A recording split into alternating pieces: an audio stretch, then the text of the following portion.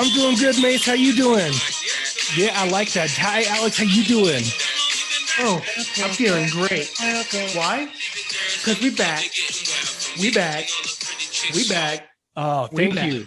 Well, nothing like starting our show back after a brief hiatus with a potential lawsuit, but I don't know if enough people listen to the show quite yet for us to be in trouble.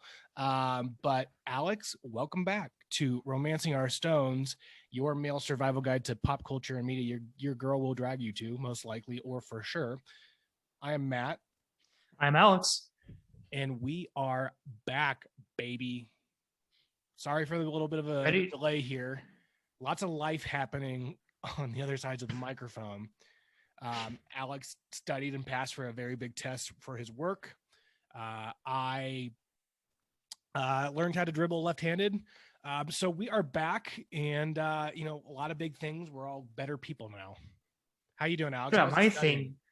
Forget about my studying. You've learned how to dribble left-handed? I don't want to talk about it. Oh, okay. I didn't expect to learn anything. Quarantine's done. We don't wear masks here anymore in Colorado if you're vaxxed or we're waxed. It's fantastic. So it was weird because I think I'm mixing up signals because I thought, like if you were waxed, like a bikini wax, you would not have to wear your mask. So before I got the vaccine, I got a Brazilian wax. Not the case. I had to get vaccinated first. Sounds excruciating. Oh yeah. Yeah.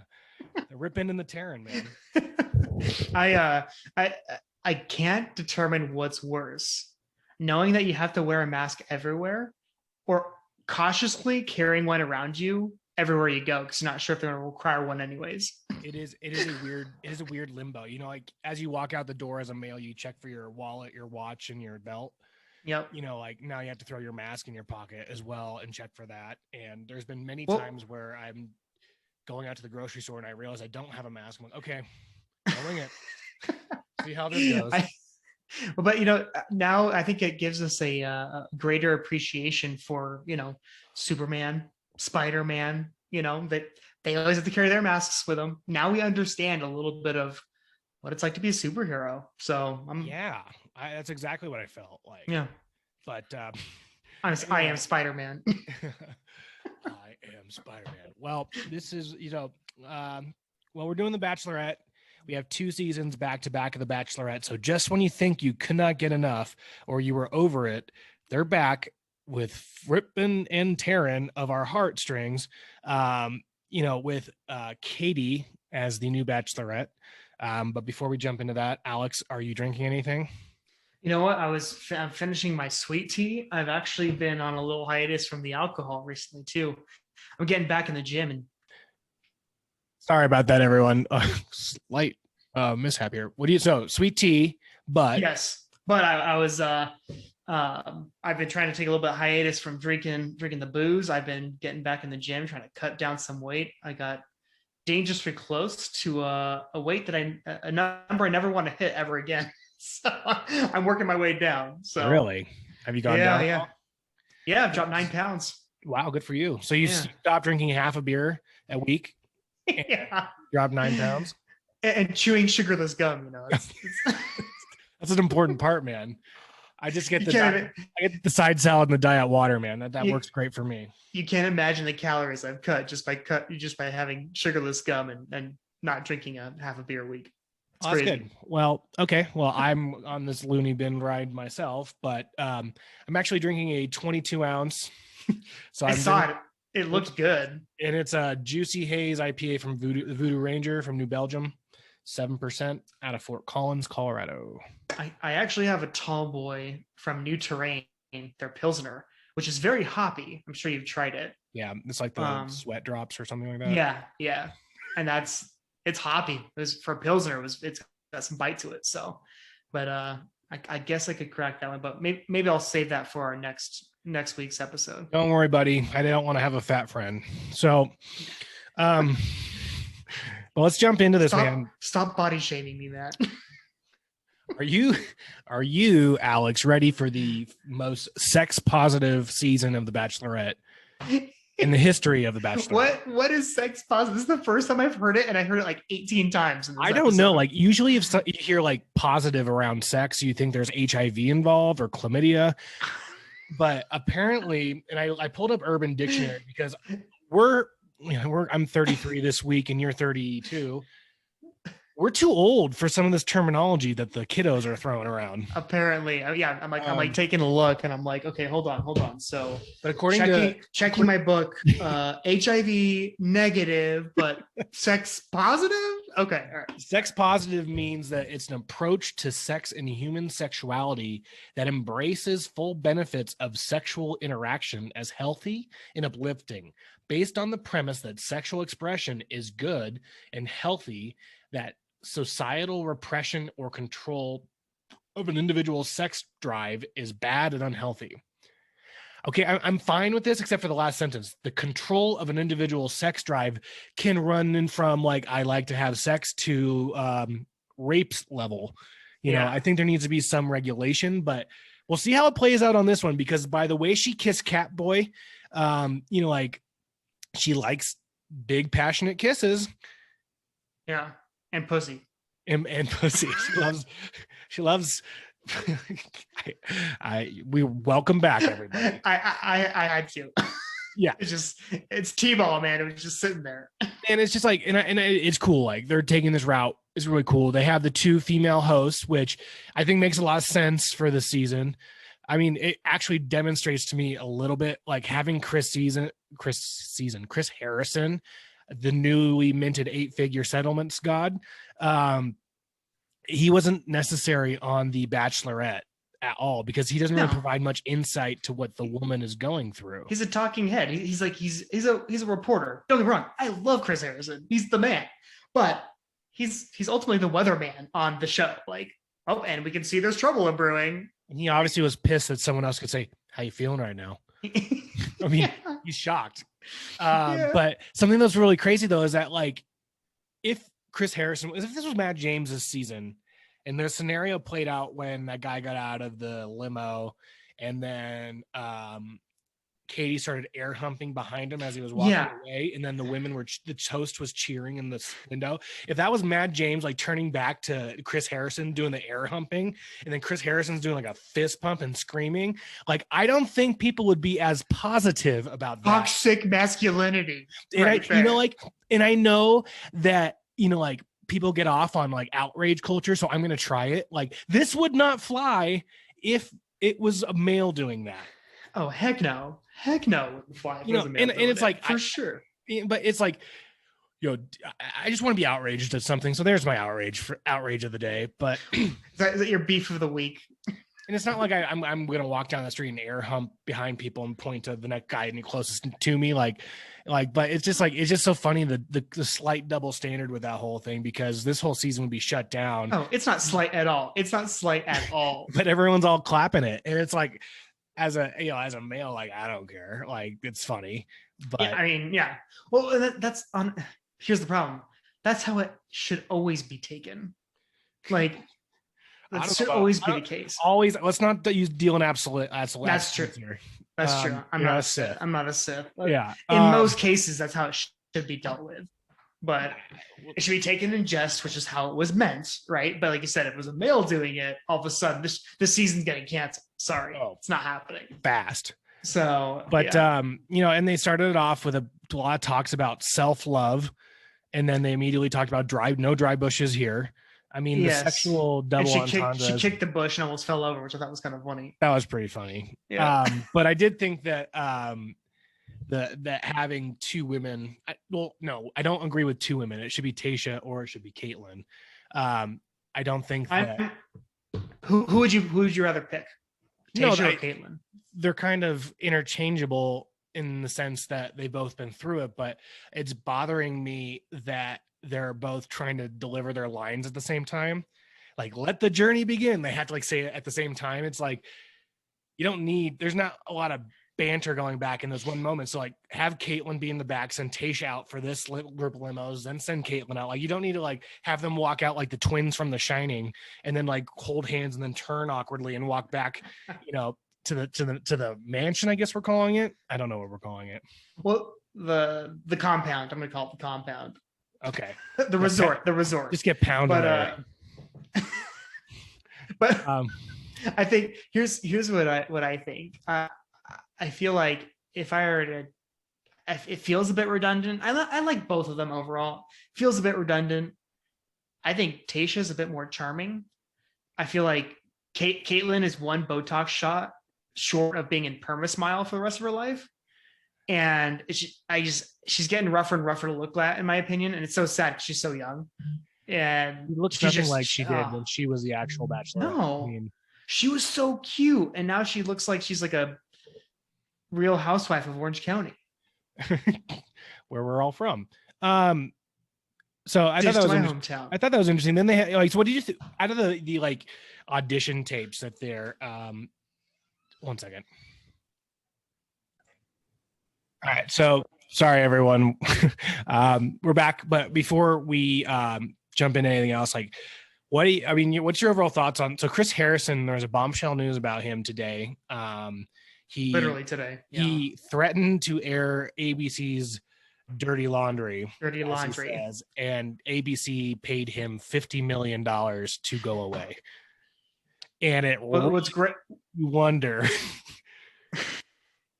What's great is that ABC called it a severance package, right? And I'm like, a severance package is like $10 million and like a thank you for your time. $50 million is F you walk away money. No, severance is like a month for every year that you work there. So, yeah. He's done it for 20 years. So 20 months. So two years salary. Yeah. little bit less than 50. But I mean, they were edging him out anyway. They're having David Spade host Bachelor in Paradise. Did you hear about that? Yeah. What are you going to do when the host tries to bang everyone? Yeah. I mean, literally, like Marco at the bartender is not safe. David Spade is on the prowl. But Chris Harrison is so misplaced. Chris Harrison is no more. Which means we'll have no more awkward pushes to buy his book at the speed of love. Yeah. Whatever it was, like love is deaf. Love is deaf. Definite. Definite. Yeah. But so happy trails, Chris Harrison. We hardly and good for you, man. You get yours. I am so like, that's such a power move. Like, if he's gonna get ousted for something very slight that he said in defending one of the girls for doing something that was from many years back, and this cancel culture just loves to dig up everybody's past. Like, he stood up for her, but guys, it was a while ago. He gets canceled because of it. Dude, get yours. Like, I applaud him all day. I applaud that move all day. So you can kick me out, fine. I'll threaten to run my mouth about everything going on here. And they go, we'll pay you $50 million. He goes, yep, that's enough to shut me up. Give me the papers to sign. Yeah. I mean, I was shooting for 51, but what's a 1 million between friends? I really enjoyed my time working at ABC. But who works for a company these days for 20 years? I mean, think about that. Not many people. He was the brand for a while, but happy trails. But now we have new two hosts who say things like, don't rule anyone out night one, which is terrible advice because you like send 8 people home. So like, and don't break your nails. But like, I love that. Don't rule anyone out night one was the advice. And it's like, well, you literally, that's the part of the show. You have to rule out people night one. Yeah. I guess, I don't know, but I do like them. I do like having women advising women on the Bachelorette as opposed to Chris Harrison, because Chris Harrison was like, you could see him bro down like with the male contestants, and then with the female contestants, he just kind of like, well, how are you feeling? Like, how'd that make you feel? Like, this is your show. You can do whatever you want. But who are the guys stood out to you? Like, it can be their video montage. It could be Connor B in the bathtub with his ukulele. You could do I want to talk about a couple. Yeah, okay. Connor B for sure. And that's where I think I texted you when I was watching it. I was like, this dude, like, he missed the cut for the musical version of the show. The Listen to Your Heart.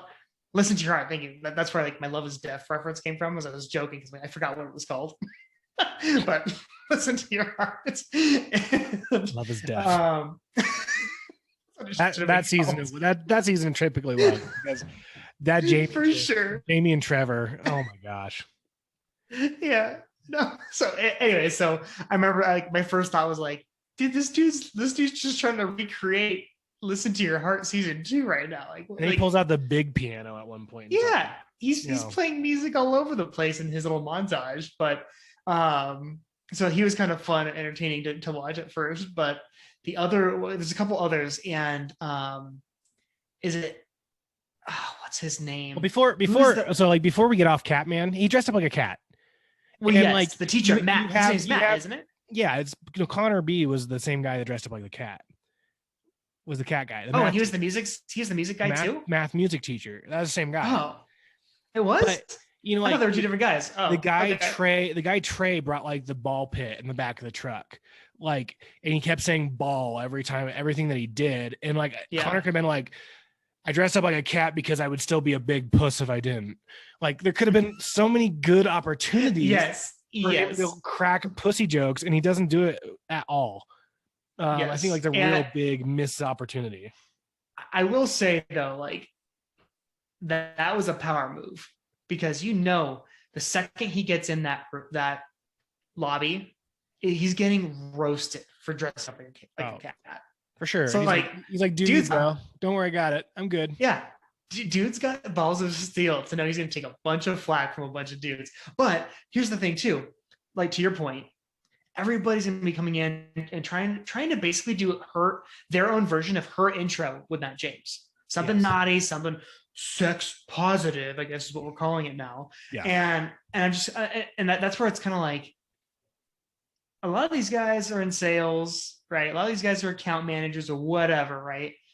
Dude, how creative are you in sales? Because are you going to do what everybody else is be coming to her and dishing out? Or are you going to dress up like a cat and really get remembered? Yeah, I think it was the smartest play. It was one of the smartest plays. That and Boxman. Boxman and Catman had the best approaches. I want to talk about Boxman in a second, but I want to, before we get off Catman, like when he scratched the door, I thought that was hilarious. Like, I was like, okay, like, I like this guy, even though he gives me the weirdest serial killer vibes. Like, I like this guy. He's committing to the bit. And you think back, like Shark Girl, Sloth Girl, and Catman all got roses the first night. So apparently dressing up like an animal and committing to it the entire night is a winning strategy. Yes. Then there's Boxman. And the biggest surprise first off, before I get into the surprise, he had two personal attendants the entire night wheel him up a road-based driveway, up, back, and then he'd push them all around. Those poor people were pushing around like this guy the entire night. My only hope is that they were two of his buddies who were like, bro, get us on national television, primetime television. He's like, done. Buddies? I hope. I know what I'm saying. I hope they're buddies. They're probably production staff, but good God, would that have been such a power move for him to get a couple of his buddies on national television to cart him around for a couple hours. But the big reveal was he was a good-looking dude. Like, yeah, he's like one of the best looking dudes there. Good-looking dude. And someone called him Jay Gatsby, which made me laugh. But it's like, yes, I was dying at that too. That was the whole box thing is an ugly person move, and he turned out to be really good looking. Like, I'm like kind of taken aback. Did say it was a surprise. I loved how everyone was immediately threatened by seeing him. They're like, oh gosh. How many times have you seen that in The Bachelorette, right? Where they see like a really stunning woman walk in and they all get a little bit self-conscious. I feel like this is the first time we've actually seen it in The Bachelor, where somebody walks in there, I'll go, oh shit, he's really good looking. That was kind of like the shock of a. That's the first time I've seen a room of 29 dudes be like, oh shit. So boxing. Wait, you mentioned one thing. We can get back to boxing. You mentioned one thing about Catman. Catman, about being a little bit of a psycho. Yeah. Yes. We need to talk about Aaron for a second. Okay. So Aaron Intro was okay. Didn't wow me. Didn't get me going in any way. But then they just do a cut scene to Aaron having beef with Cody and Okay. like get going off on him. And I'm just going like, and even Cody's like, what? Like, what did I do? I'm sorry. Like, I'm not trying to offend you. I was like, Okay. Well, my notes for Cody says a low graded Colton Underwood. yeah, yeah. Um, and then Aaron walked out and said, "People say I have a really nice smile, so thank you. When I found out you were the Bachelorette, they've been complimenting me all week." Weird, Yeah, yeah, weird. yeah. You know. Like I said, it didn't wow me. His intro with her, And it was then very. I love how he has beef. I've always hated you. Yeah. Again, so I thought that was super weird, and then I'm watching him fade in and out from he literally turns his smile on like a switch. Like probably to his point, he's heard too many times that he's got a nice smile and he's weaponized it. You know what I'm saying? He flips it on and then he shuts it off. And I'm watching this when he's in the background of like during the roast ceremony, everything else. I'm going, this guy's a psychopath. Yes. He's like literally like at the very least sociopathic, it feels like, because he just shuts his emotions on and off. It's so weird. As we'll go from acting like a sociopath to looking like a sociopath. Hunter looks like William Defoe and Adam Levine had a love child, and he's a coked up stockbroker. Like literally, that guy. He had more airtime than anyone else, and he kind of scared me a little bit. And then another guy that made me scratch my head was Mike, the gym owner virgin, who's clearly gay. He's the next Colton. He's the next version of Colton. But they have him. He's carrying the cross that Jesus carried on his neck, and he's reading the Bible in his promo video. And then later in this season on, he's crying about he's always been tempted by it, and it's kind of like, why did you go on this show, bro? Yeah. It doesn't add up. So is he sex negative? He's sex neutral. Well, no, he's probably sex negative. I think he has. I'm still not understanding this concept of sex positive. Like, would that make him sex negative? That he's abstaining from sex? Well, an individual. Well, yeah, sexual expression is good according to sex positivity, and sexual immorality is a sin according to this guy. Yeah. I don't know, but I just wanted to bring him up. No. I think again, this goes back to this theme that we always, I feel like, return to as the season progresses by like some of these contestants by being like, what do you think you signed up for? Right. It's all okay. So this is something I wanted to address too, because I was thinking about this, because like what we're doing is we're going to make fun of a lot of people, and we're going to be a little more less reserved. We're going to be less reserved than we were last season, because we didn't really know escape, and it's the guys. Here's the deal: these people signed up on a public TV show, and it's just like politicians, it's just like celebrities, it's just like sports athletes that speak out about things. If you put yourself in the public square, we have an ability to talk about you. Now, we're not going to be mean to anybody.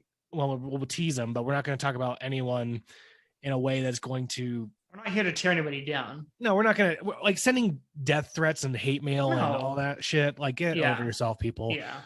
But we'll tease the hell out of you because you signed up for the show, and I didn't sign a non-disclosure clause about what I think about you.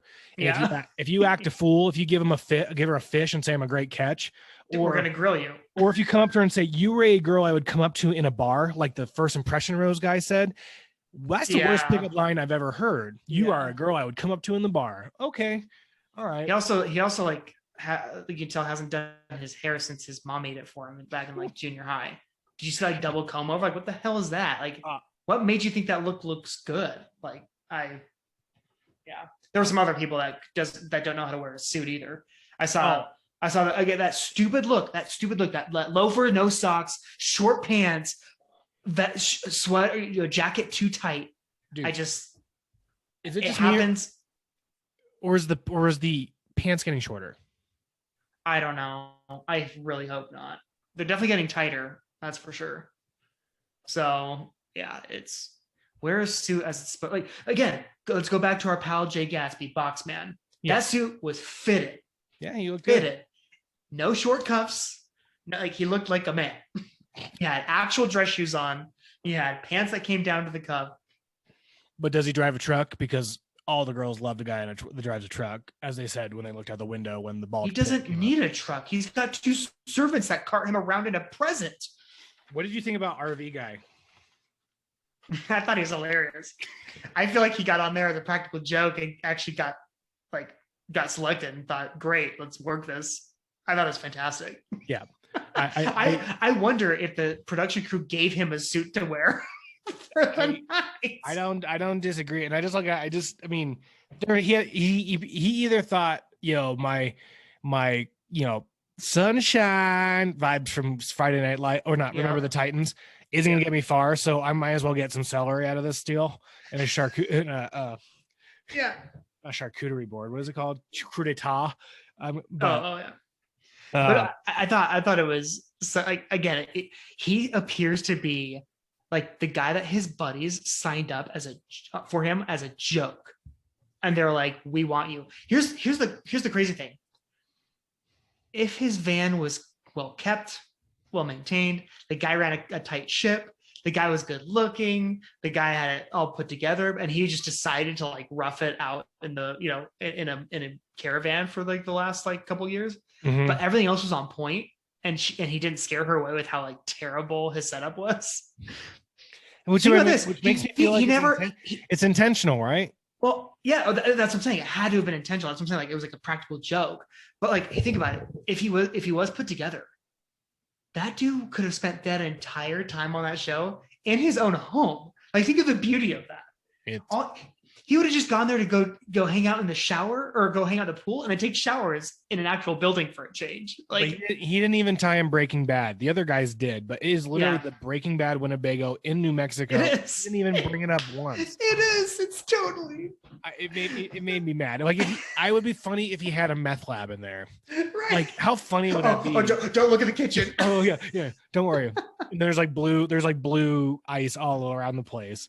Yeah, and like craft Coke containers everywhere. To me, like, I need to be a publicist for some of these guys.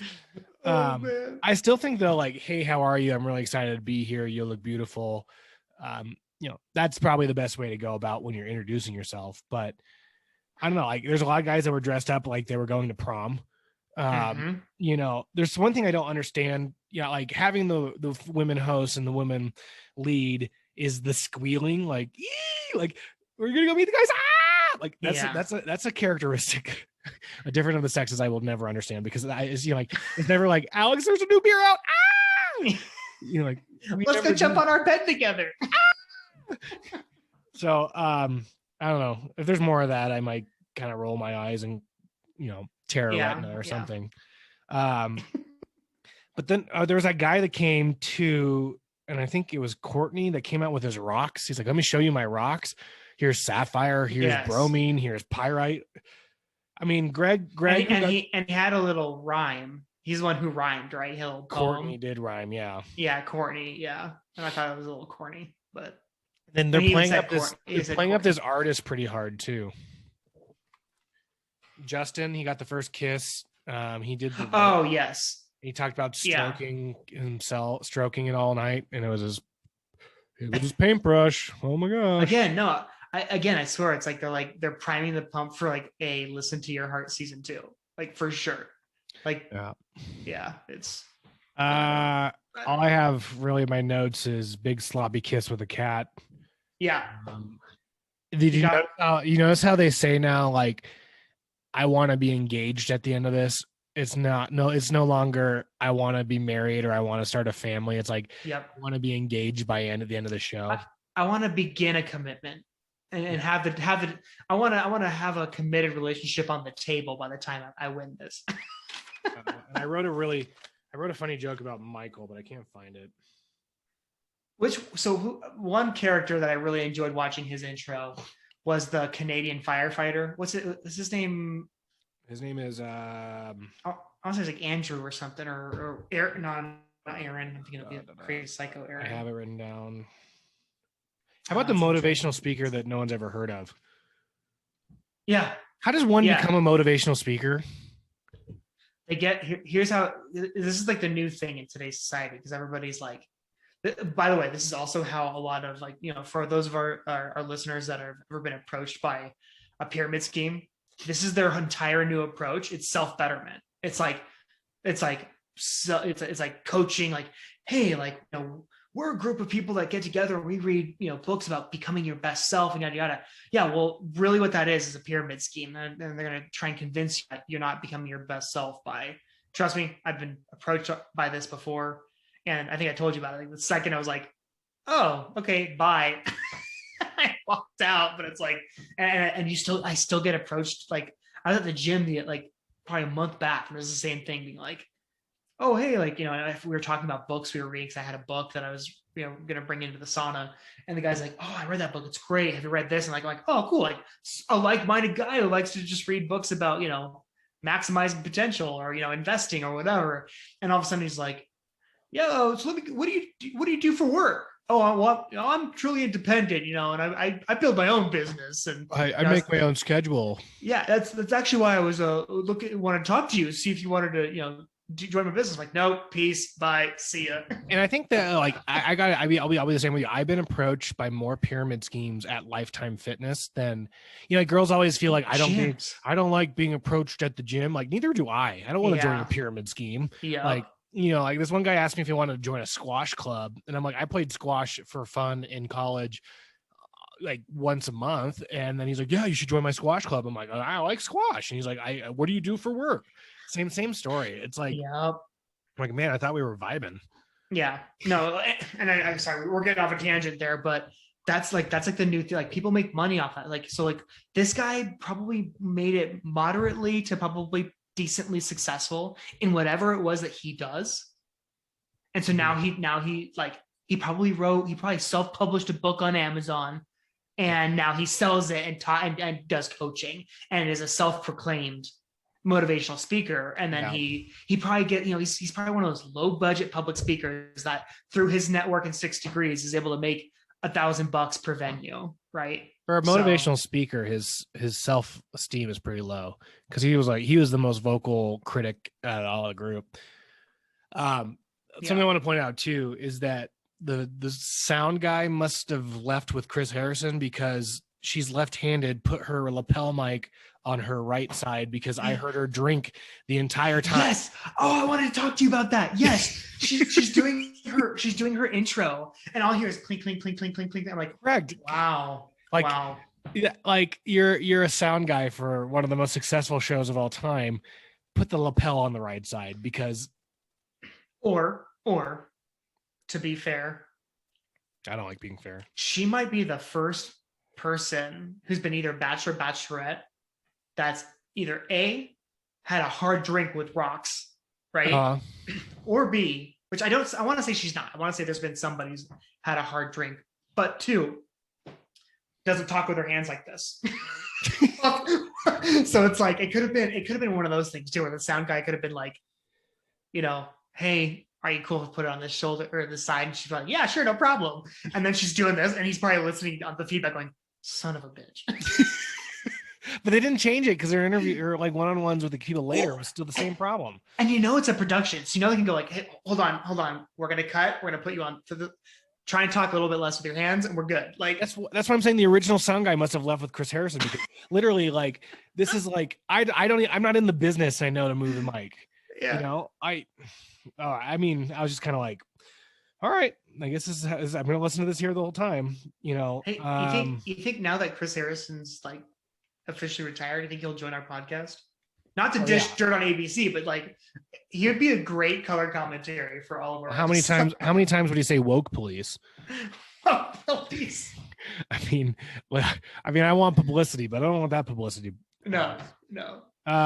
The only other thing we don't have a $50 million budget to fight off lawsuits from the woke police. I know. I think Mace will get by with, because I don't think he's going to sue us for using a song at the beginning. Yeah.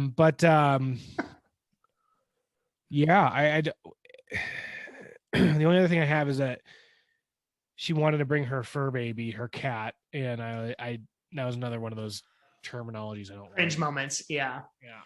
Yeah, sex positive and fur babies are two words I care to never use personally in a conversation for myself. We'll never get away from them again. Is there anything else you wanted to talk about? Um. Oh yeah, I want to talk about our Canadian hockey player, Okay. the firefighter, Brendan. Thank you, Brendan. And I have one more thing I want to talk about too. Okay, all right, Brendan. So here's why I love Brendan. This guy, he actually like in their little flashback and like other videos, they obviously, I don't know if you could tell this, but they obviously filmed their like hometown visits more like a ways back from when they filmed like obviously the first night here, because a lot of them have very different haircuts, like different enough to know like this is at least 6 months like time between. So, but what I love about our pal, our Canuck pal here, Brendan, is that he went from like having like an okay haircut, buff dude, looking in shape. He talks about how he was into hockey, and I could feel him a little bit. He was like, by the time my dad wanted me to go, collegiate, I was kind of just over the sport. Probably had an overbearing dad that killed the sport for him. He probably had a coach dad, probably killed it for him. But so I want to hear his story. I want to hear him out, but I couldn't help but notice that when he was on the date night and towards the tail end of his little montage, he had probably a 9-inch vertical on his hair, like his comb. Really? It grew. That's why I texted you. I'm like, dude, this dude's straight up Johnny Bravo, and he sounds super like he got a hair. He sounds super broy. So I'm just kind of like, which also, by the way, Aaron is super broy. Did you hear him when he was like, "I'm fine, bro, bro."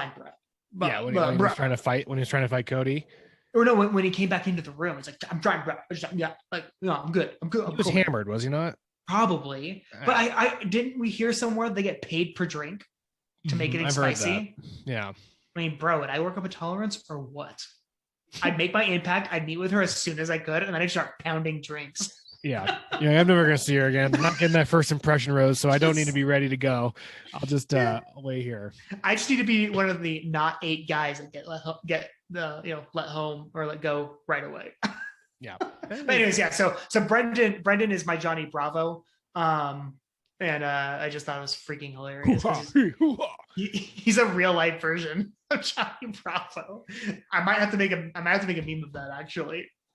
Well, check it out. Speaking of, at our Instagram at ROS Stones guys, I posted a video. There was a commercial that aired for Hyundai where Tasha gets out of the driver's seat and talks about, do you call it falling in love when it's made for love? This. And I was watching it the first time I watched it, and I was like, okay, this is interesting. And I'm like, oh, who's this man driving into the Bachelor Mansion? Yeah. And they cut it so Tasha is, and it's a sexy, sleek, like a ebony skinned, leg kicking out the door. And literally, you can see the white guy with a beard driving in. So this goes one of two ways. They did not have the budget for a tinted windshield, because usually in those car commercials it's a tinted windshield, but you can clearly see see the guy driving the car in. And if you want it to pretend that is Tasha, put a tinted windshield up. Number 2, why is Hyundai is mansplaining the skill of driving a car into a courtyard, because they had to have someone else do it besides Tasha, and someone responded to us on our Instagram exclaiming that you couldn't do that. You couldn't drive at all in the heels that she was wearing anyway. Fine, but that's another lie. Like, don't lie to me that she's wearing those heels while driving. She wants to look good. I get it. Get her out of the back seat. Make it be an Uber driver. I don't care. Try and keep this as tight as possible. Just like the sound guy, you have one job. It's to make me think that Tasha's driving the car. That is your one job. Also, sorry, I'm looking. I'm trying to find it on. And I'm literally trying to look for it on YouTube, because I'm like, the comments have to be crushing. Like, you're not the only one that caught that, right? Like, I'm like, I'm wondering, and I'm like, no joke. I literally typed in Hyundai Tucson commercial 2022, and I have not. It's literally not there. I'm gonna type in Tasha now. Tasha. So I don't know. So follow It's us on nowhere. follow us on our Instagram at ROS Stones, guys. We watch the shows. We post interesting stuff. We post memes. It's fun. Follow us on Twitter at RO Stones Guys as well. You can connect with us there. We're actually very interactive. We had someone that listened to the podcast reach out to us, said they wanted to do a show with us. In the next coming weeks or so, we're gonna have, we're gonna do a walk to remember. We're gonna go over that movie and we're gonna have fun tearing it apart because that is one of the worst movies of all time. I digress. This particular show, though, anytime you have comments or thoughts, we're open. So follow us on our Instagram. And share us too with everyone. We really appreciate it. We had one of our best years last season of The Bachelor, so thank you all for doing that. Yes. Alex, who's your front runner, by the way? Before we wrap this, I mean, we can all take a look back at the first rows. Always typically, or first impression rows usually goes pretty deep. They usually go top 3. The macaroni necklace was a good move, but I think that's all he's got. It's like the dice. It's like the dice with Seth Rogen and Knocked Up. Yeah. I think that's all he's got. It's So yeah, I think it'd be kind of a cop out to try and just say him because he'll probably go deep. I like our teacher. I like Catman. Connor B. Catman. Connor B. And I like Boxman. I want to root for Boxman. James. Yeah, James. Just because he scares the crap out of everybody.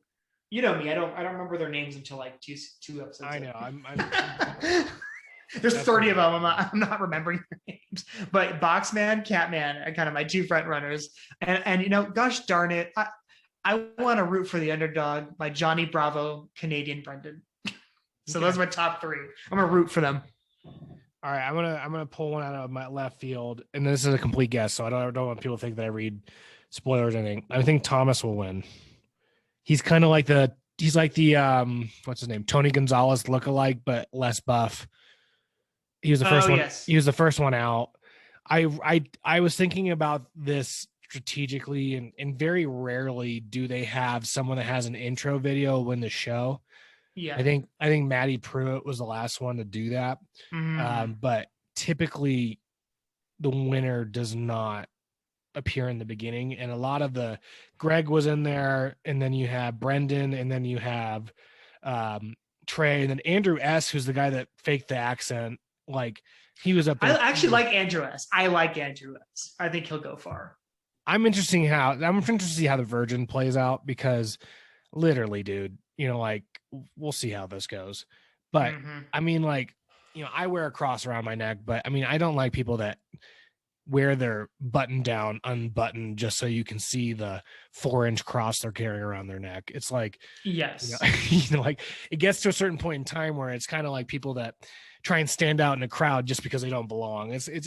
I don't want to judge a person. I know we're not supposed to judge Christians, but I don't know. It doesn't sit right for me. Yeah. So we'll see.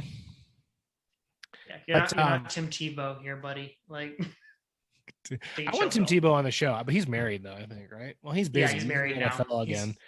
Yeah. All right. As a buff tight end. He's not a real buff though. We're buffs. No, we're buffs. All right. Well, that's our show. Again, follow us on Twitter at RO Stones Guys. Follow us on Instagram at RO Stones Guys. And slide into our DMs. We love chatting with our fans, and we have ideas. If you have an idea, there's a movie that you think that we'd have fun tearing apart, recommend it. You can come on the show, do it with us. And share. We appreciate it. And we appreciate you. Alex, you have a good night. You too.